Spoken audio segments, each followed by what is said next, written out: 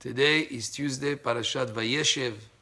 In the parasha of this week is the very unfortunate occurrence of the brothers of Yosef selling him as a slave. And that was a result of the jealousy that was between them. He had these dreams that would seem to indicate, and he shared them with the brothers, that would indicate that he was above them. They were jealous also because the father had bought him for Yosef a colorful coat.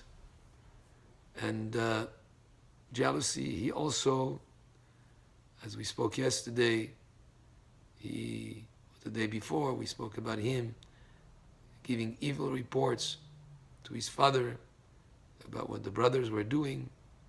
So that brought a succession of events that caused the kind of hatred and jealousy, and they sold him as a slave.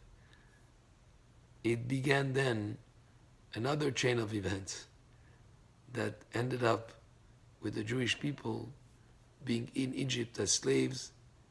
They went down to Egypt for 210 years, and that was the first of the exiles, and one that ended up with suffering and harsh labor, in slavery in Egypt.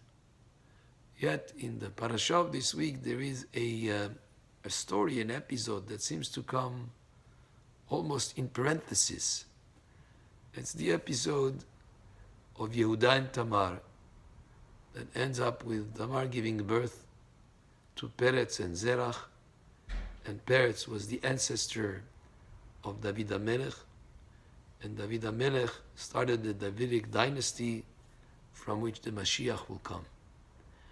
And it is obvious to tell us, even in the darkest of times, in the beginning of this exile and the beginning of what would become Egyptian slavery, there is a light at the end of the tunnel.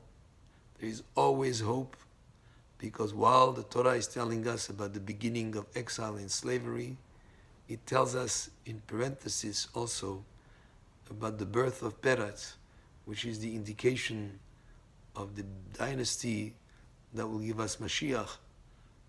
May he come speedily in our days and redeem us from the galut, from the exile.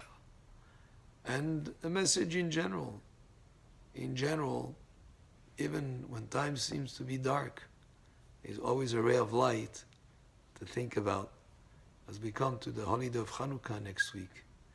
Choshech, darkness, is symbolic of the philosophy of the Greeks. The light is a symbol of the light and inspiration of the Torah. That's why the Pasuk says, "Ner mitzvah veTorah or," the Torah is light. So when the Greeks wanted to darken the holiness of the Jewish people by forbidding them to do Brit Milah, forbidding them to celebrate Shabbat or to mark Rosh Chodesh, which is a symbol of the holiness of the Jewish time, the times and the Jewish people's sanctifying time.